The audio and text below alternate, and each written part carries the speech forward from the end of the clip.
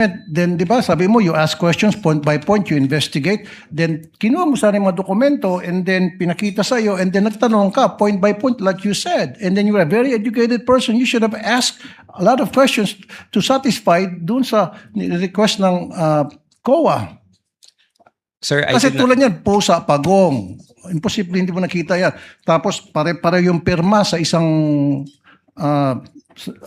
same handwritings para sa napakaraming pangalan at saka iisang pirma sa napakaraming pangalan according to the NBA forensic. You didn't ask?